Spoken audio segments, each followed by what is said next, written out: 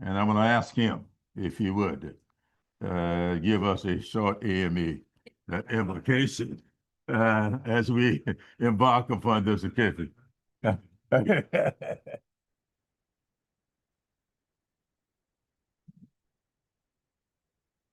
Gracious Father, we thank you for the blessed privilege of this day. We thank you for your favor. We thank you, God, for all of the things that are shown to us that reveals each and every day your love for us. One of those acts of your very special kindness are the people that you put in leadership that are adorned and ordained by you to care for the least of them. Thank you for Jim Clyburn and for what he and who he represents. Bless him now in his pursuit to continue to serve the people whom you've called him to serve. This we pray in your name. Amen. That was short. Thank you for naming. That is true. Thank you very, very much. In a few minutes, I'm going to sign the paperwork that's necessary in order to qualify for the Democratic nomination to run again for the House of Representatives. Now that satisfies the federal requirements. In order to satisfy the state party's requirements, I'm now going to present the check, the filing fee to my district director, Robert Nance. As you know, Monday is a legislative day, and I will be returning to Washington on Monday, but the rules allow for an agent to file the paperwork and pay the check, and Robert will be there when filing opens 9 o'clock on Monday morning to finalize what we are beginning here today. I have served in public life all of my life. When I graduated from South Carolina State back in December 1961, I went off to Charleston, where I became a public school teacher, teaching history to students on the east side of Charleston. Now, the east side was rather unique. It was the most densely populated area in the state of South Carolina. The students there were not expected to be as successful as the students on the other side of town, the west side of Charleston, where my late wife was the librarian. But I used to say to Emily all the time, there was something about those students that I thought, if given the opportunity, they would succeed far beyond expectations. And I took it upon myself to change the method by which they were taught. And I began to teach history to those young people from the evening news and the morning newspapers, using the textbook that the state had given me as a reference book. And I saw how those students reacted to history when they could feel that it was an integral part of their lives.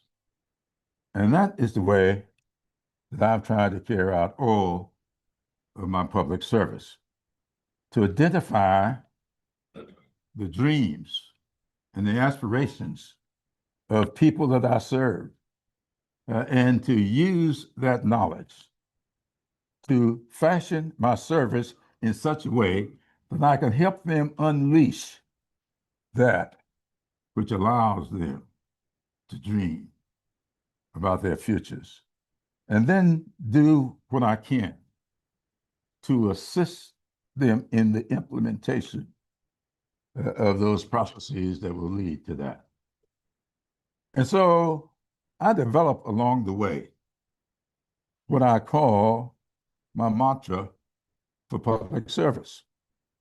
And I've asked those daughters of mine to please put on my tombstone when I take my place alongside their mother these words: he did his darndest.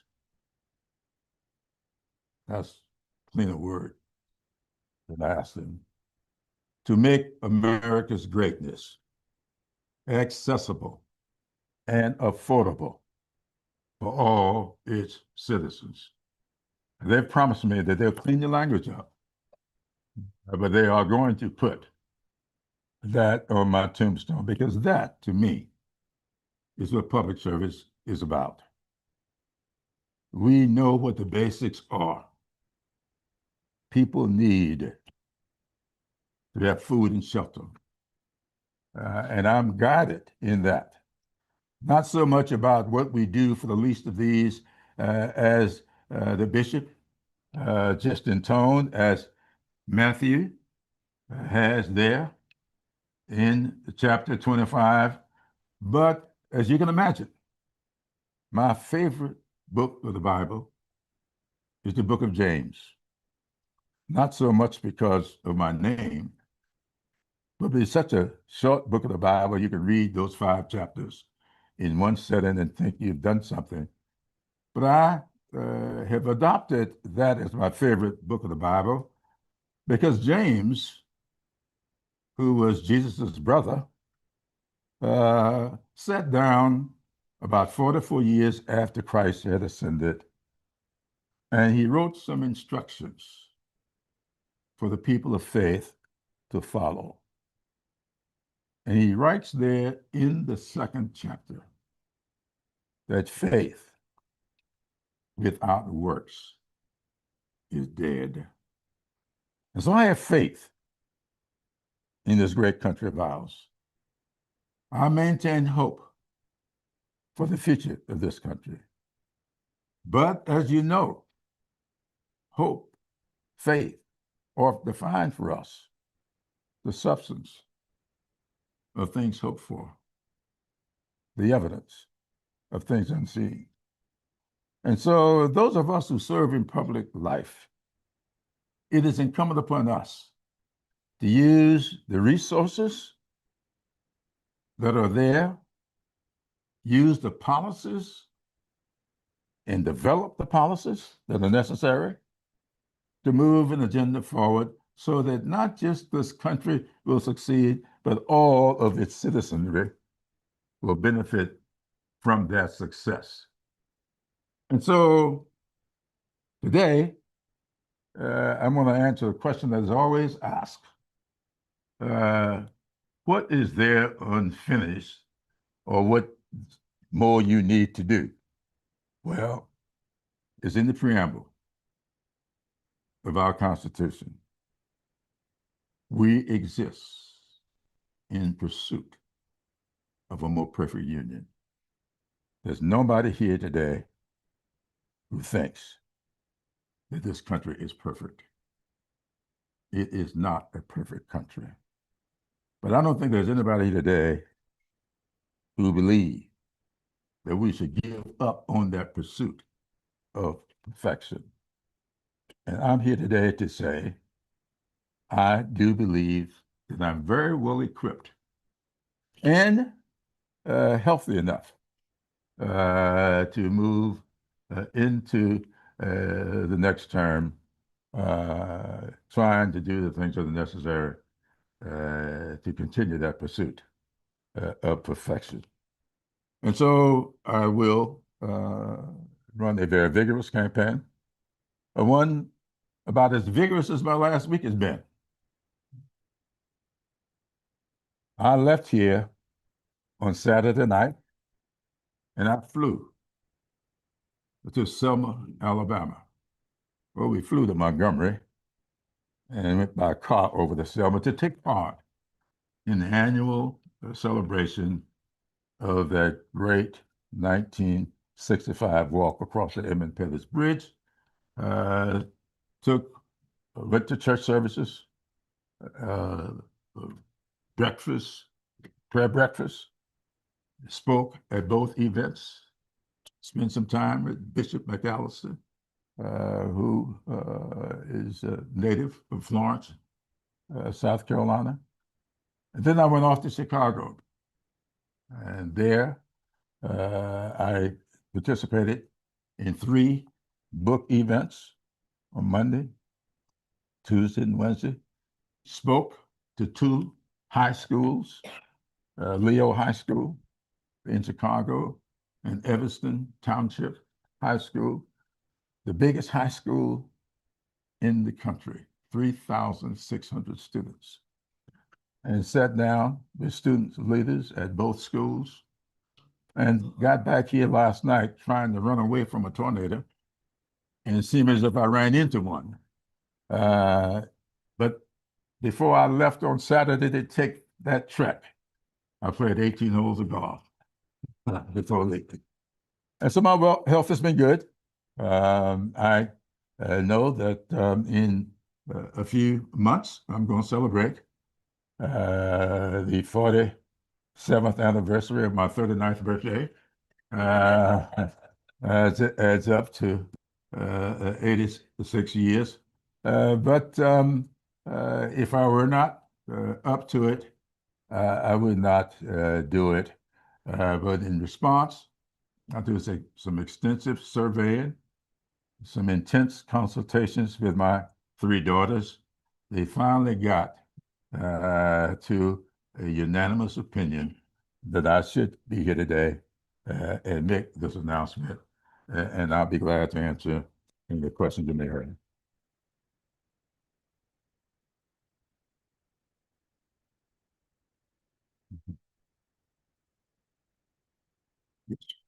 Congressman, if you're elected to this next term and Democrats take the House majority in the midterms, can you speak a little bit about what kind of opportunity that would offer you to mentor a possible Speaker Jeffries? Well, I had a long talk with Speaker Jeffries on yesterday morning before I left Chicago, before I left my motel room to go to the student body. I spoke with him. In fact, I was at the school when I talked to him. And he was among those who asked me to stay. He did not know or had not been informed of what my decision was going to be. And he expressed an interest in my being a part of his leadership if we were to take the House back. It made me feel necessary. And so I do feel that the kind of leadership that I've demonstrated, just in the most recent, I'm the ranking member on the Transportation, Housing, and Urban Development Subcommittee of the Appropriations Committee. And if we were to take the House back, I will be the chair of that subcommittee. And I don't know of anybody here who does not feel that chairing the committee in charge of transportation, the committee in charge of housing and urban development would not be an important thing to do.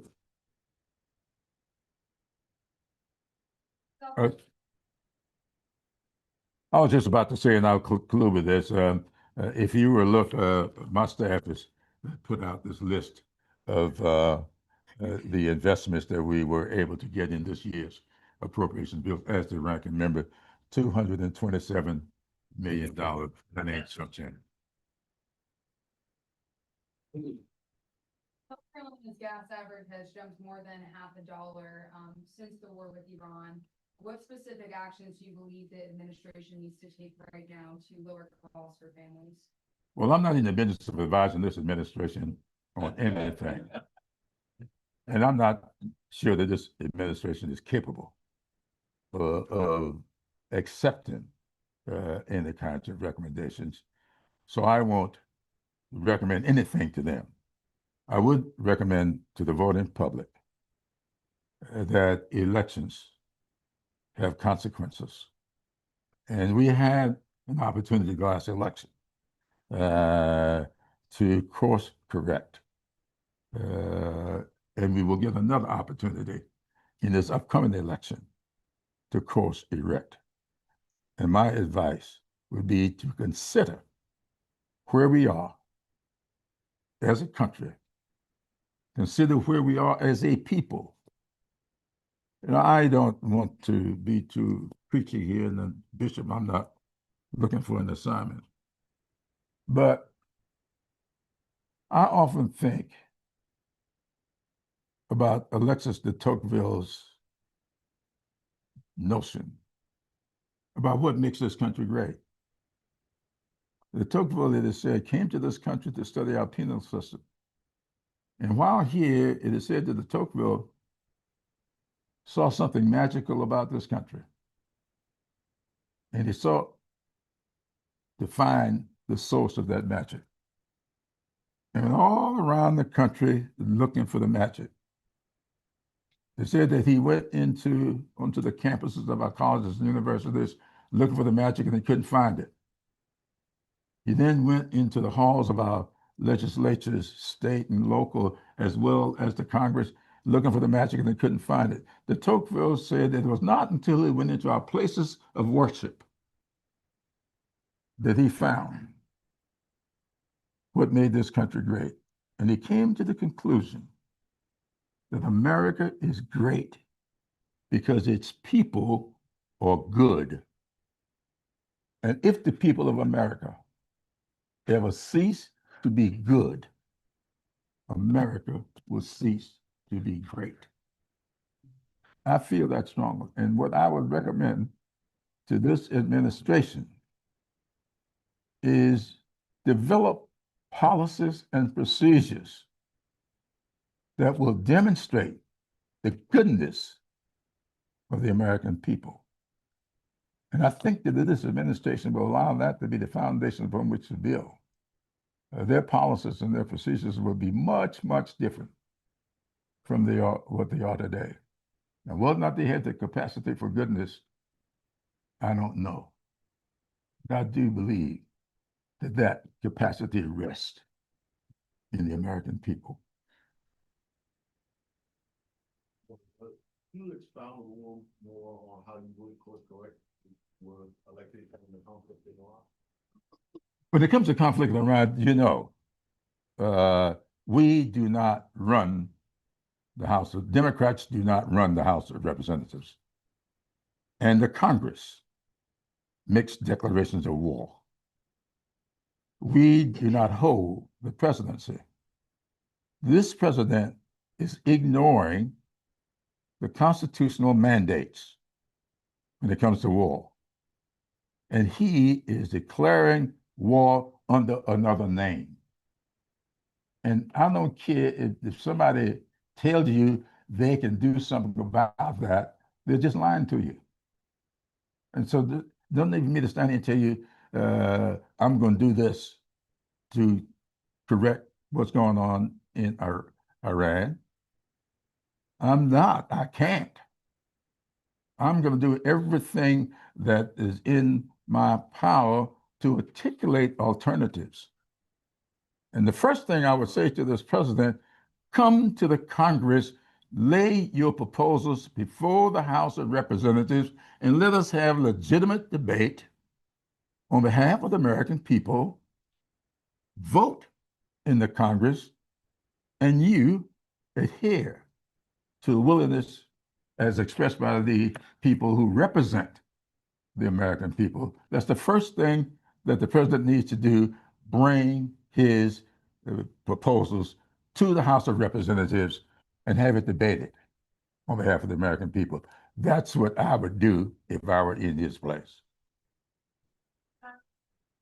While during Speaker Jeffries he encouraged you to stay. You obviously put a lot of thought into this. You had a conversation with your daughters. You said you surveyed everything. Can you go into more detail about your decision to run for reelection and just how important it is to you? You talked about the school and making change when people see. Well, I'm a human being, and as all human beings, you tend to pay attention to what is written, to what is said, and you'll be less than human not to be impacted by all of this. And so all of the clamor about the change in leadership, of course, I stepped down from leadership positions. As many of you know, I was in Congress. I had not been even sworn into Congress before I was elected to a leadership position. I became president of my freshman class. It was the largest freshman class since World War II. I chaired the second session of the 103rd Congress. I have been chair of the Congressional Black Caucus, chair of the entire Democratic Caucus, majority whip of the House of Representatives, and assistant Democratic leader. I've gone through all of those. Those are positions that were awarded me by the Congress. And so, when all of this was written, Pelosi and Hoyer gave up their leadership positions, and I gave mine up. Now, when I started discussing this with Mignon, Jennifer, and Angela, and I asked them, what is being said among the people that you all interact with every day? And they made it very clear to me that people felt invested in me. They had voted for me, and I should not be listening to the Washington pundits when it comes to this office. And I wasn't really all that satisfied with that. And I authorized a pretty extensive poll to be done. That poll came out of the field about 6 weeks ago. And I've been sitting on the results all of this time, which I shared with all three daughters. And it was a remarkable approval on behalf of the people in the 6th Congressional District. And when they got to the point, the three daughters, the vote among the three was 2-1 that I should remain. And the one who was a bit reticent was the one who got absolutely no interest in ever running for office. Her interest was in her daddy and what she thought I might be subjected to. So when Mignon finally decided that she could live with it, I'm here. And so we went through that process. And as one lady said to me, an elderly lady, who said to me, we don't listen to them people up there. And you should not. You should listen to the people down here. And we don't want you to leave. And so I'm responding to the people down here. Several states have redrawn congressional maps in recent months. There's been a push by the GOP in this state to redraw the maps here, especially your district. Your response to that, any concern that might make the seat go red in the future or soon?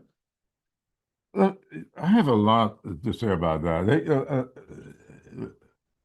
Monday night, we had a book event. I'm looking back for the book.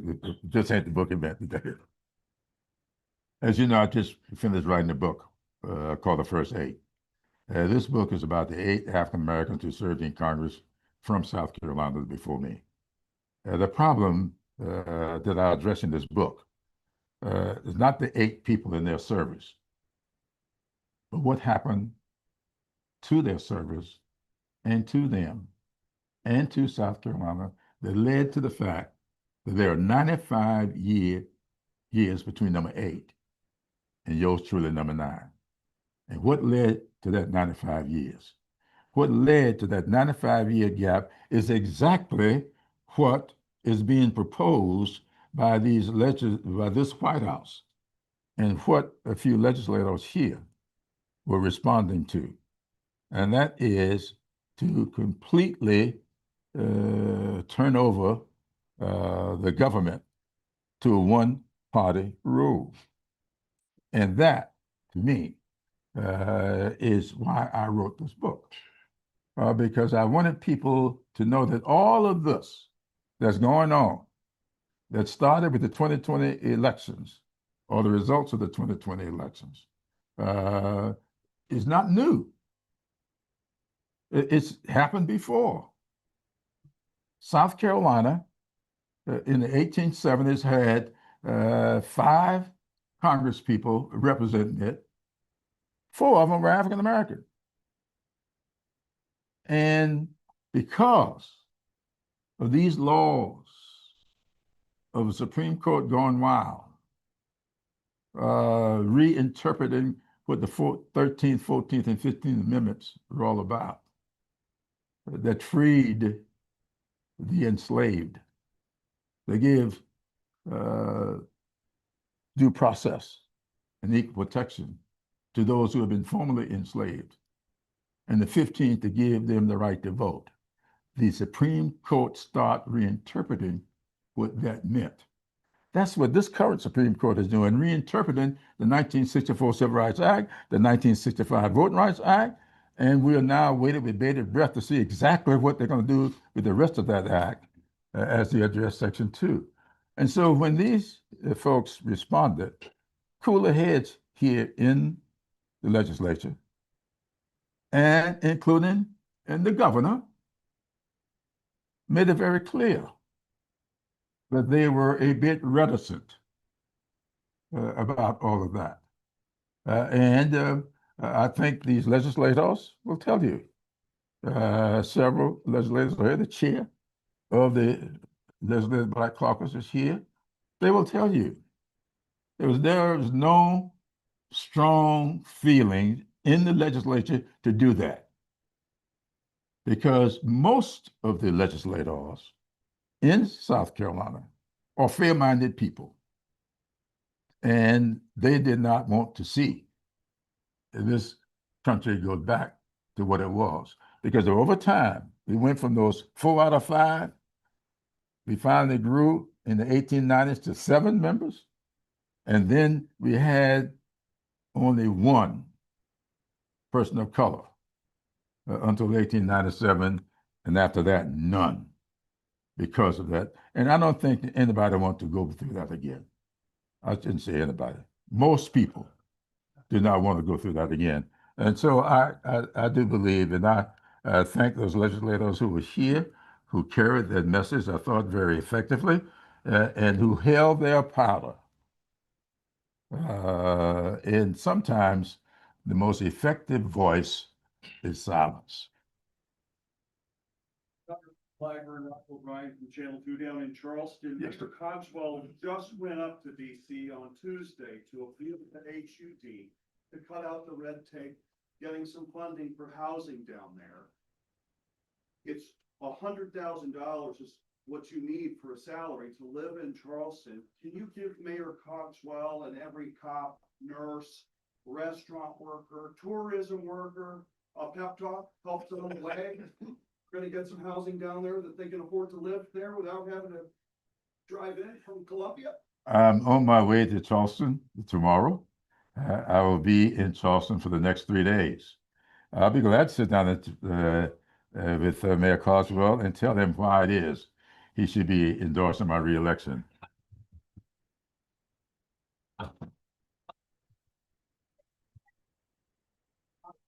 Yes, sir. I've seen yours is a long time. Obviously, you're announcing for reelection today, but in talking about your decision to run, you mentioned a number of factors that ultimately pushed you to that decision. And I was just curious, what's the work done? Do you anticipate this to be your last run for reelection, or is that still an open question for 2 years? Well, it's always an open question, but I I love reading, I love writing, and I love playing golf. And those three things could occupy a lot of time. And I'm looking forward to the day that I can spend more time reading, writing, and playing golf. And so this could very well be my last term, and it could very well not be. We'll just see how things go. I don't have any interest in doing anything but what I can to do what's best for South Carolina, do what's best for this country. You know, South Carolina has two mottos. Most people don't realize that. We all quote that motto that's kind of popular, and then we see it on the seal of the state.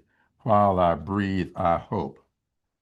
But there's a second motto that this state has had that's not recited very much, and it is prepared in mind and resources.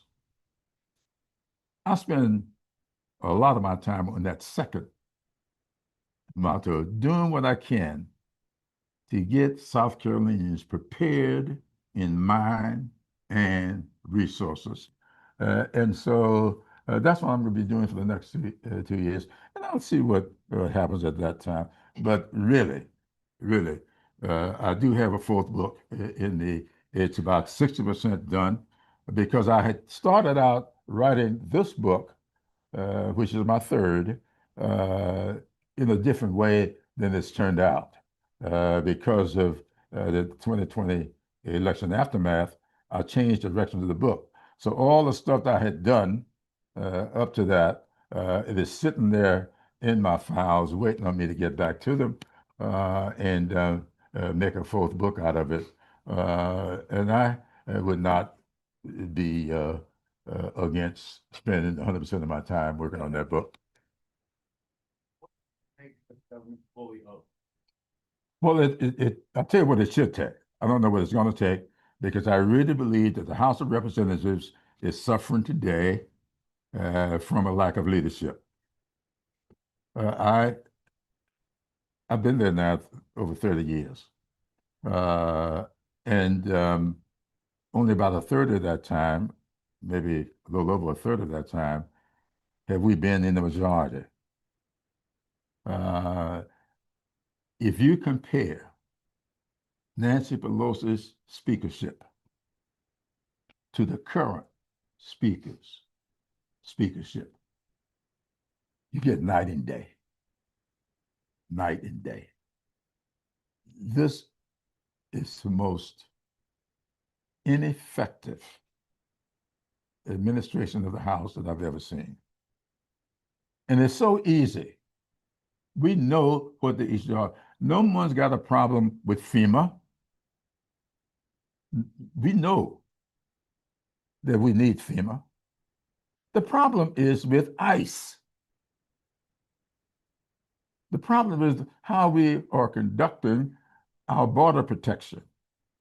And we ought to have good, informed debate on those things. And that's what this is all about. In order to protect ICE, they are refusing to separate that discussion from the rest of the Homeland Security debate. And so that is as clear. And the Speaker, with one short sentence, can pull ICE and the border out of Homeland Security, and we'll be going forward voting on Homeland Security and have a genuine debate on ICE. That is why, you know, a lot of people are going to say, Jim Clyburn, what are you doing? You may recall when this bill, the appropriations bill, was voted on, only 21 Democrats voted on that bill. I was one of the 21. And I was asked, why? That's why. Because it allowed us to fund the 11 sections of the law and fund the 12th section where Homeland Security is for 10 days. It was effectively 10 days. It said 2 weeks, but you look at legislative days, for 10 days to give us an opportunity to focus on that, debate about that, and not have people worrying about whether or not the other parts of that bill that run the rest of the government will be held at bay. And I can tell you, it's not convenient trying to get through airports today. I just told you, I just came in from Chicago last night. The line was long. I went to the airport 3 hours early in order to get here. So we need to do that. And if this speaker were an effective speaker, it's what would happen. Easy. Take the ICE account out of the bill. Let's debate it over here. Go forward so the Coast Guard, so that FEMA, so that all those other entities, the TSA, can go about helping protect the American people while we argue over whether or not ICE ought to be masked. And I have a real problem with that.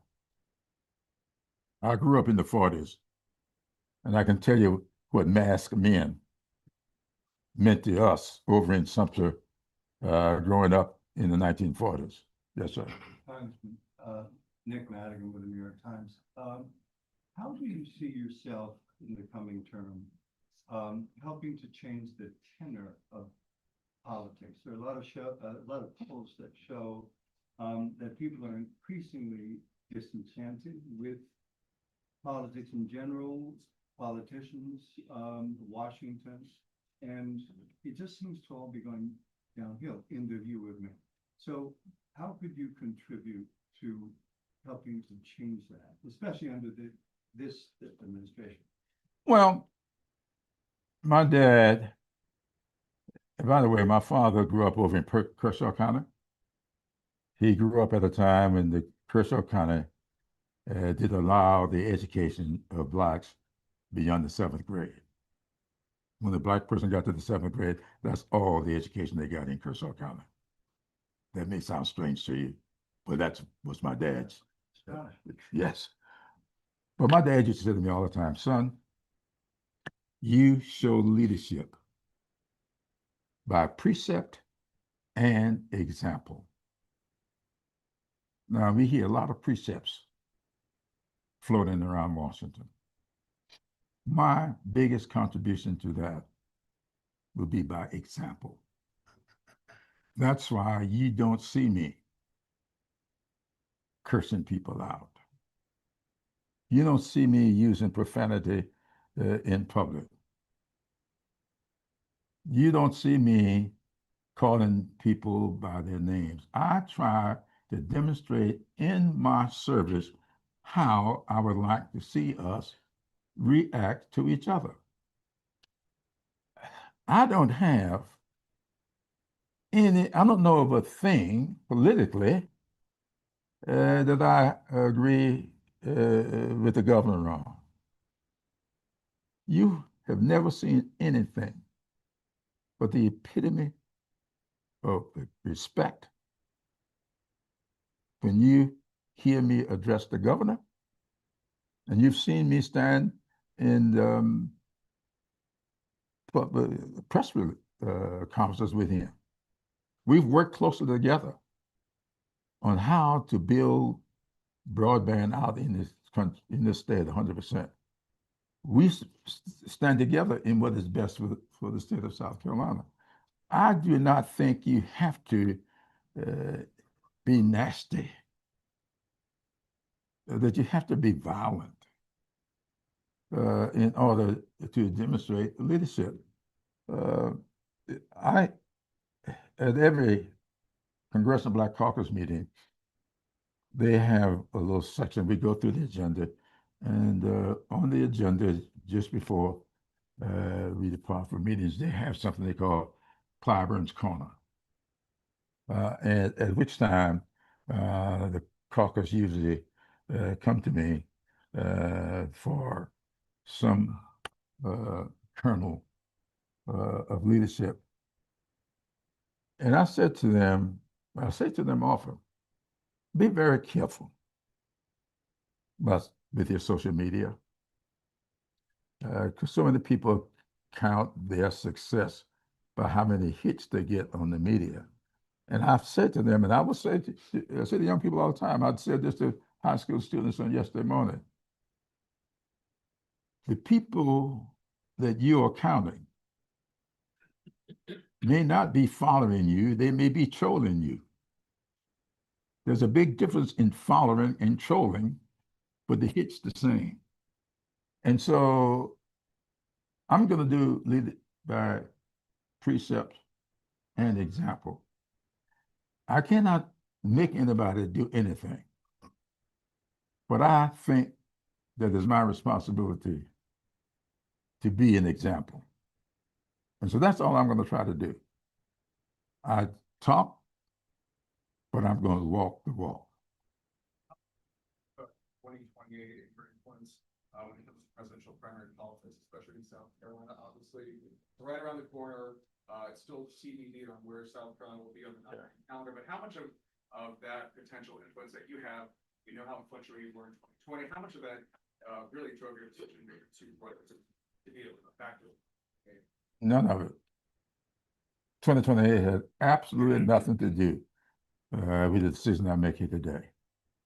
2026 had everything to do with today. And I mean that very sincerely. Because I can tell you, I've been around this business long enough to know that 2 years in the world of politics, 2 lifetimes. And so I'm not going to think about 2028 until we get 2026 done.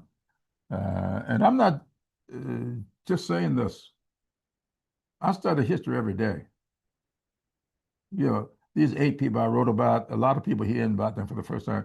I've known about these. See, that dad of mine who was not allowed an education made us do a current event with him every night before we went to bed. When we finished our homework, we had to sit down with him and share with him a current event. I'm talking when I was 8, 9, and 10 years old.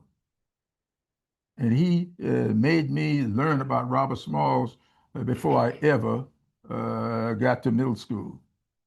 My mother made me learn about Mary McLeod Bethune when I was in elementary school. And so these things were important to me, but they are important in their place. We got a governorship going on here, right? You've got a candidate over here. Well, I ain't making no announcement, but I hear there's somebody over here who's running for governor. We will have.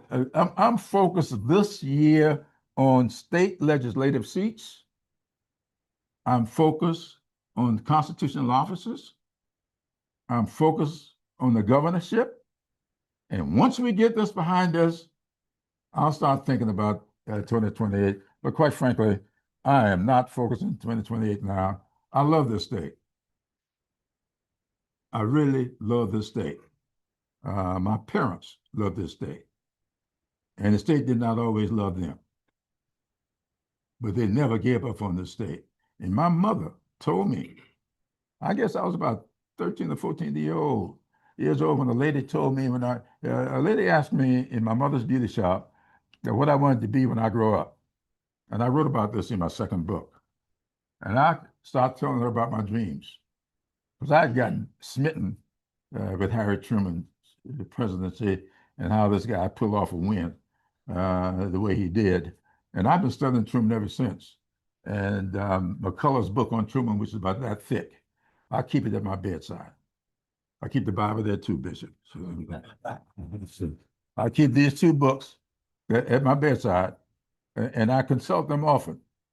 And so I believe very strongly that this state, which I tell all my friends, and some of them get upset with me about it, especially those from Virginia and Massachusetts, that South Carolina is the most, I believe, historic state in our union.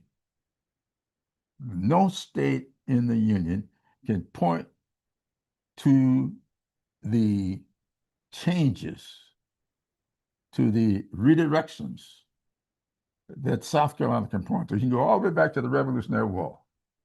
And you can talk all you want about all these wars, but if you have not taken into consideration what happens at Cowpens, the Battle of Charleston, all during the Revolutionary War, then you don't really know what really changed the direction of the Revolutionary War. I maintain the Battle of Charleston, the Third Battle of Charleston, is what really changed the direction of the war and allow us to be standing here as a free nation. And so everybody focus on Fort Sumter and the Civil War, but South Carolina has all of that, and we should be proud of that. We shouldn't try to deny that, pretend it didn't happen. These things happen. And we ought to really protect the state's interest because we have so much to give to the American people. Charleston has become the go-to city as much for its history as it has for anything else. And so I'm going to do what I can to make the state a better place. And those people who seem to want to live in the past, I'm going to be an example for them. But I want some of y'all over in the legislature to check them. Yes, sir. You know, your last term, I know you're gonna be making that annual meeting with you, that annual meeting with your daughters. If and when in the future you decide not to run, what do you think the timing will be on that decision, and how would you make that announcement? I have no idea. What do I know? Good Lord. I have no idea. Look, let me tell you something about that story that seemed to have everybody running about this. When I was asked about that question the other day about whether or not I was going to run, I said, well, I haven't made up my mind yet. I'm not sure that was all the truth. My daughters hadn't come together yet. And I was asked about successors. I named about 10 people that I thought would be good people. And then the reporter says, how about your daughter? I said, how do you know my daughter? She said, I know Mignon very well. I said, well, Mignon is not the daughter that everybody's been talking about. This is a true story. I said, you know Mignon very well? I said, but Mignon is not the daughter other people have been talking to me about. And she said, well, if you don't run, will you support your daughter? I said, what kind of father would I be if I had a daughter to run for office and I'm not supporting them? I was extending the conversation. And if you read the story, that's what the story said. Whoever wrote the headline put that other foolishness on it. That's not in the story. That was the headline. I used to be in the business, yo. I used to be in the newspaper business. So I know the difference in who writes the story and who writes the headline. So the person who wrote the headline did not follow the story. That's all I said. And I'd like to ask you, what kind of father would I be? That's all of us. There are some Democrats that think that the lesson that the party should learn there's Democrats that think the lesson the party should learn from 2024 is that Democrats need younger leadership. Do you disagree with that autopsy of 2024? And what would you say to young people that feel like the party isn't learning from 2024? I don't know what you mean by learning from 2024, but I know right in this room for the last 13 years, right in this room for the last 13 years, I have funded something called Clyburn Fellows, where young people from all over the state, 40 to 50 young people, are selected every year. They spend 1 year in that fellowship. Every 3 months, they meet right in this room, and occasionally I meet with them. And I would like to say that several of them have now gotten elected to office, and some of them are running campaigns. One of them, where is AC, going to be running my campaign for re-election.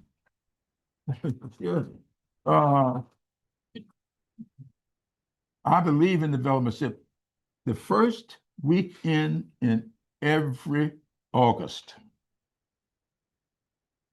I invite all my friends and their families to Santee, South Carolina.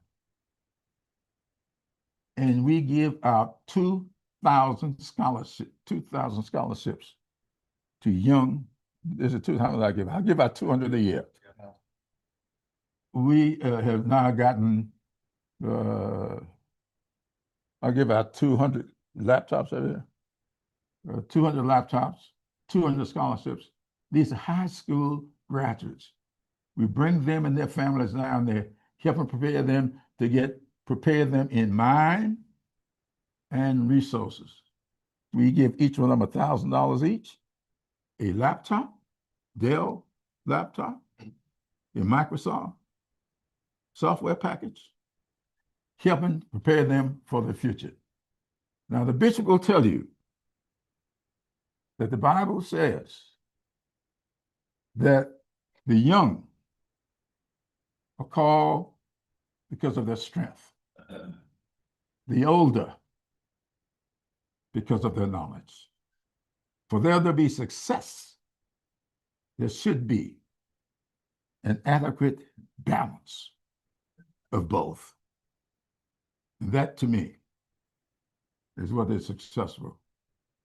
So I'll close with this, since this is the last question. I've been asking people, what would you prefer to have? An older Thurgood Marshall or a younger Clarence Thomas?